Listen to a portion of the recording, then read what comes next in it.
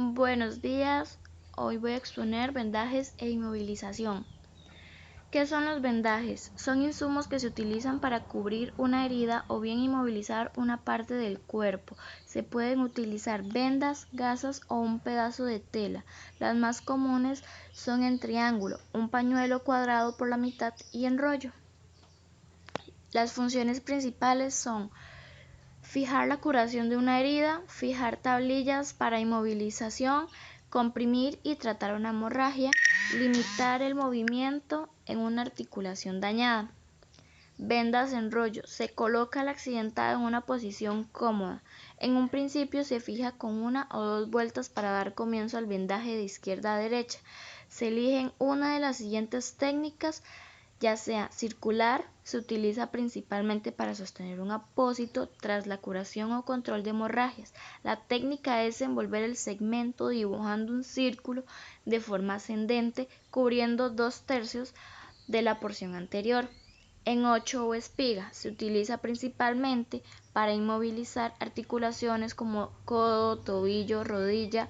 Se inicia con una o dos vueltas circulares y se comienza a cruzar ascendiendo en forma de 8. Vendaje de rollo en la cabeza. Se utiliza el vendaje recurrente o capelina. La persona permanece sentada y el auxiliar fija la venda en la zona media, o sea en la frente, y da 2 vueltas circulares, luego desliza de adelante hacia atrás hasta cubrir en su totalidad. Para finalizar se dan 2 o 3 vueltas sobre la circunferencia craneana. Axila y hombro. Comenzar en el brazo enrollando la venda en forma circular y luego subir en forma de espiga. Se cruza la venda hacia la axila terminando con movimientos circulares de axila a hombro contrario. Vendaje de codo y rodilla. Si el objetivo es mantener la articulación extendida, se dan 2 vueltas circulares y se sube en espiral. En caso de flexión, colocar la articulación formando un ángulo de 90 grados, forma de letra de L invertida, y fijar ascendiendo en forma de 8, luego sostener con cabestrillo. Vendaje de mano y antebrazo. Se utilizan principalmente vueltas ascendentes en espiral. Vendaje de mano. Se comienza con vueltas circulares en la muñeca, luego en 8 hacia la mano, tomando el dedo pulgar individualmente, posteriormente se devuelve para terminar en la muñeca. Vendaje de muñeca. Para sostener un apósito en curación basta con situar la venda en un extremo y dar un par de vueltas circulares, luego fijar con tela adhesiva. En caso de inmovilizar la articulación se utiliza también vendaje circular, pero abarcando desde el antebrazo hasta la mano.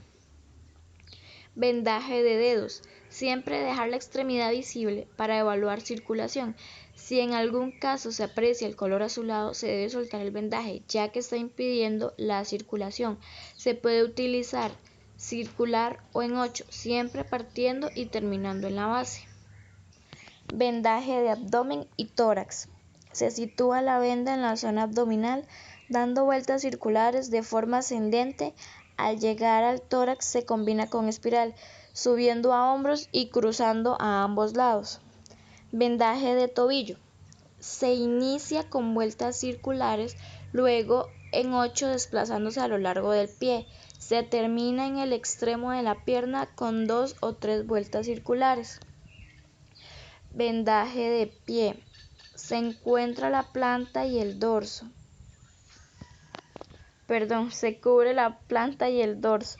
Se comienza con circular cercano a los dedos, luego ascender con 8 y terminar con tobillo con 2 o 3 vueltas circulares. Las vendas triangulares o cabestrillo. Se utiliza principalmente para sostener la articulación del codo y disminuir el movimiento del antebrazo. Inmovilización del miembro superior con una venda triangular. Se fija un extremo en el hombro, una punta queda bajo el codo, el extremo inferior se une al superior por encima del brazo. Para finalizar, se hace un nudo en ambos extremos, los dedos se dejan descubiertos. mano y pie. Generalmente se cubre toda la extremidad en casos de quemaduras o heridas. Se coloca el pañuelo sobre una superficie sólida y encima de este la mano. Una de las puntas se lleva a cubrir muñeca y antebrazo, las puntas restantes se cruzan y se atan en el torso sobre la parte exterior. Las vendas en corbata.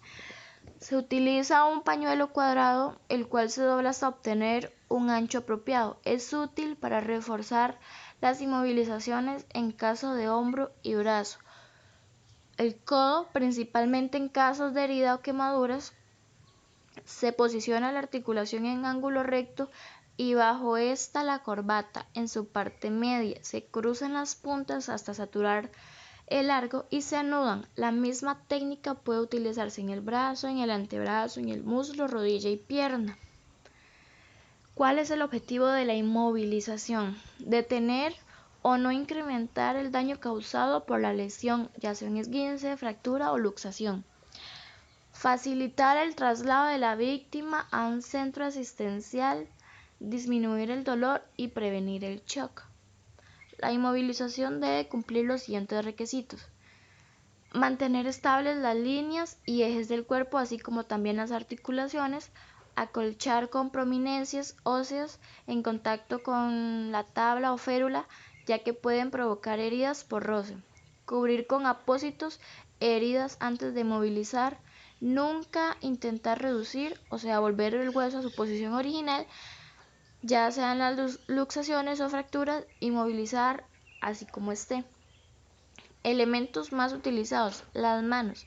Al no contar con material, se inmoviliza manualmente, utilizando las extremidades como tablas.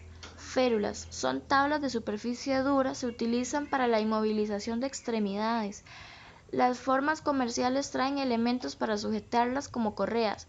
En primeros auxilios se pueden utilizar sogas, pañuelos, bufandas o cualquier elemento que esté a la mano.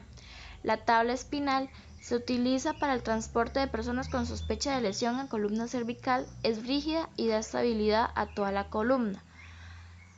Collar cervical. Existen rígidos y semirrígidos. Se utilizan para inmovilizar la columna cervical. Cabestrillo. Se utiliza para inmovilizar el tronco superior. Vendajes. Se inmovilizan distintas partes del cuerpo.